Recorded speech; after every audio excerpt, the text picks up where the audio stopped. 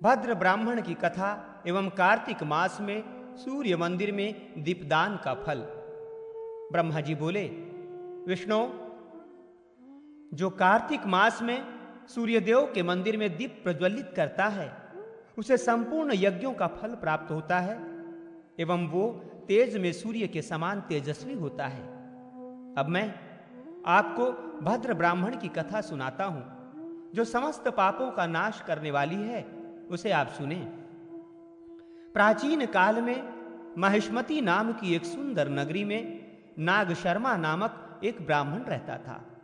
भगवान सूर्य की प्रसन्नता से उसके 100 पुत्र हुए। सबसे छोटे पुत्र का नाम था भद्र। वो सभी भाइयों में अत्यंत विचक्षण विद्वान था। वो भगवान सूर्य के मंदिर में नित्य दीपक जलाया करता था। एक दिन उसके भाइयों ने उससे बड़े आदर से पूछा, भद्र, हम लोग देखते हैं कि तुम भगवान सूर्य को न तो कभी पुष्प, धूप, नैवेद्य आदि अर्पण करते हो और न कभी ब्राह्मण भोजन कराते हो, केवल दिन रात मंदिर में जाकर दीप जलाते रहते हो। इसमें क्या कारण है, तुम हमें बताओ। अपने भाइयों की बात सुनकर भद्र बोला, भातृगण, इस विषय में आप लोग एक आख्यान सुने। प्राचीन काल में राजा इक्ष्वाकु के पुरोहित महर्षि वशिष्ठ थे। उन्होंने राजा इक्ष्वाकु से सरयू तट पर भगवान सूर्य का एक मंदिर बनवाया। वे वहां नित्य गंध पुष्पादि उपचारों से भक्तिपूर्वक भगवान सूर्य की पूजा करते और दीप प्रज्वलित करते थे। विशेषकर कार्तिक मास में भक्तिपूर्वक दीपोत्सव किया करते थे।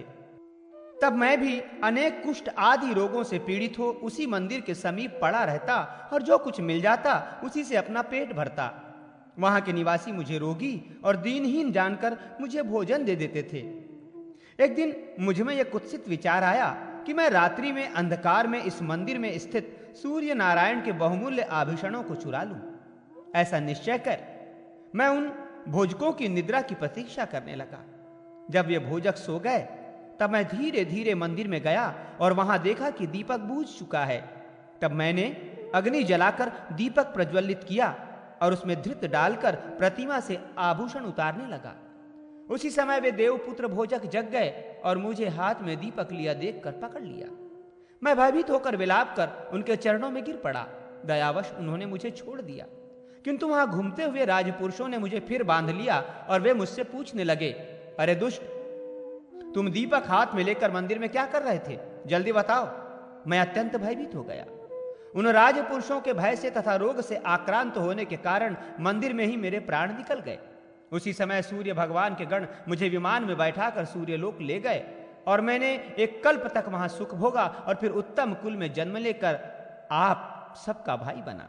बंधुओं, ये कार्तिक मास में भगवान सूर्य के मंदिर में दीपक जलाने का फल है।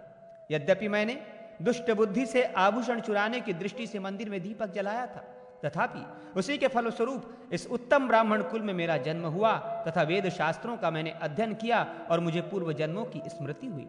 इस प्रकार उत्तम फल मुझे प्राप्त हुआ। दुष्ट बुद्धि से भी घी द्वारा दीपक जलाने का ऐसा श्रेष्ठ फल देखकर मैं अब नित्य भगवान सूर्य के मंदिर में दीपक प्रज्वलित करता रहता हूं। भाइयों, मैंने कार्तिक मास में यह दीपदान का संक्षेप में महात्म्य आप लोगों को सुनाया। इतनी कथा सुनाकर ब्रह्मा जी बोले, विष्णु, दीपक जलाने का फल भद्र ने अपने भाइयों को बताया।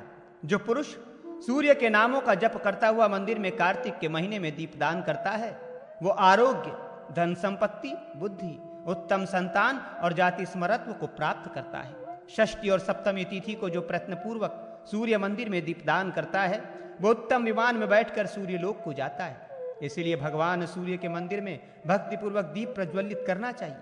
प्रज्वलित दीप को तो ना तो बुझाएं और ना उसका हरण करें। दीपक हरण करने वाला पुरुष अंधमुष्क होता है। इस कारण कल्याण की इच्छा वाला पुरुष दीप प्रज्वलित करे, हरे नहीं।